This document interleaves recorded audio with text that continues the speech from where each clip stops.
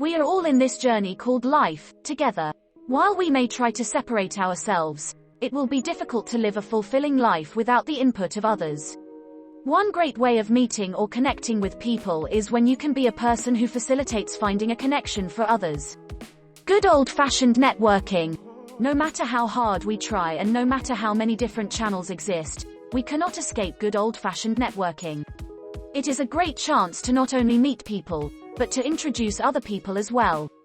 If you introduce two people who can help each other, it is quite likely they will remember you.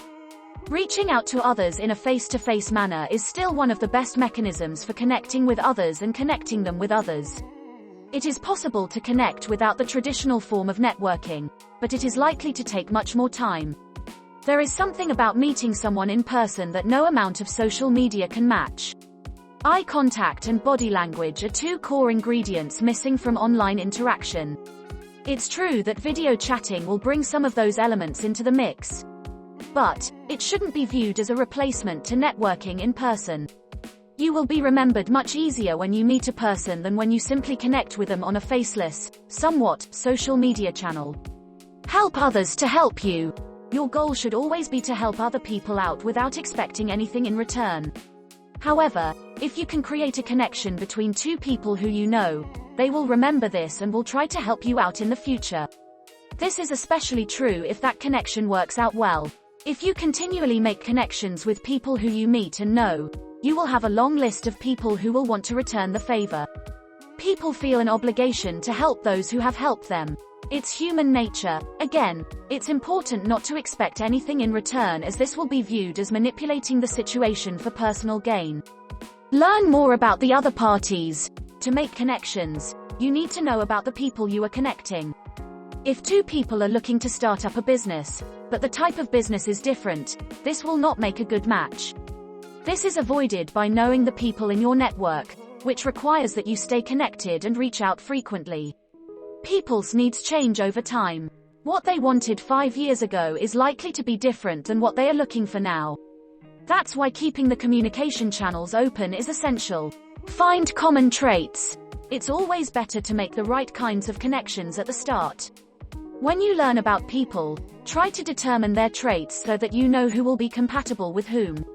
It may help to create a grid, spreadsheet, and record the names of the people followed by their traits.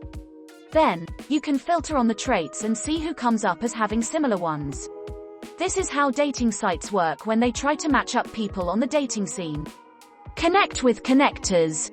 The best people to connect with are people who are already influential. These are people who have been making connections already. Connect with these people and offer to help them out in any way possible. You want your name to come up whenever they are looking for something or someone. These people can quickly expand your network. To find these people, simply look for the most authoritative and influential resources on social media. LinkedIn is a great way to check this out, but it can be done with Twitter and Facebook as well. When connecting with these people, make sure you respect their time and be willing to give much more than you receive. Offer to help set up their next seminar or give them access to a tool that you find helpful in making connections, etc. The more you help them, the more they will come to know who you are. Nurture your connections for the future.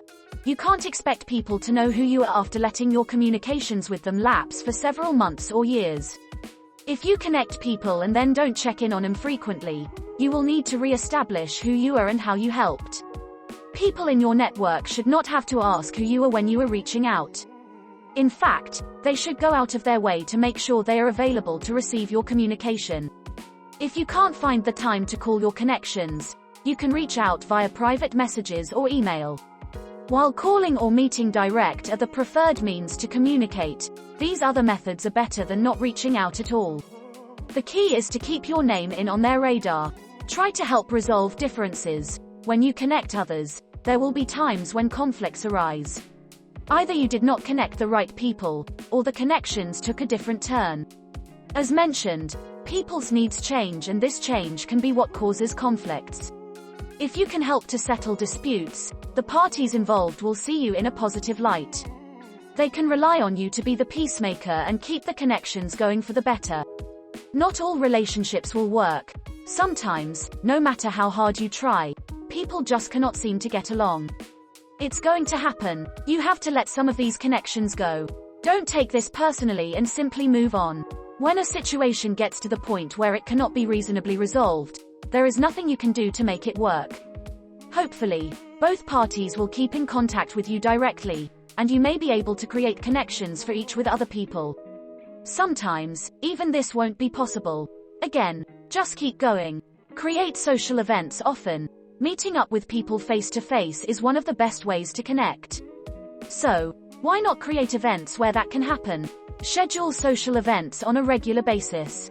To keep the costs down, you can either raise money for these events, or you can charge the participants. To give people an incentive to pay, make the event something worthy to attend. For instance, you could ask prominent speakers to speak at the event. Not every event will be a smash success, but if you continue to build a name for yourself as a connector, it should get easier as time goes by. Make your events fun to attend. This will get people to come back, and that is the goal of holding these events. You want to be at the forefront of the event so that people know you are the one responsible. You can be the announcer, or you can be one of the speakers. Ask other attendees to speak based on what you know they can contribute. You can choose to pay them, or they may be willing to do it for exposure for themselves or their business. The more events you sponsor and the more people know you are the coordinator, the more they will connect with you. This, in turn, gives you the ability to connect them with others in your network. Learn how to manage your growing connections. Schedule. As your network grows, you will need to have some way to manage who is in it and when you are going to reach out to people. What many people find helpful is to set up a schedule throughout the year on when you are going to contact people or put important events for those people on the schedule. If someone in your network is going to speak at an event, let your network know about it. The speaker will appreciate you giving them this exposure. Sometimes, it can be as simple as sending a birthday greeting to keep up to date with your network. It does take time to do this, but it pays dividends in the long run. Faces level equals strong, greater than show others how to be connectors and grow your network further. When you refine your connecting skills, you can show others in your network how to do what you do. This will expand the network even further. The people you teach may go on to form their own groups without you. It may happen on occasion. Just keep going and don't worry about it. Usually, with this kind of networking, it all comes around and you will be able to share amongst the groups. Continue to build up your network, while at the same encouraging people to connect with others on their own.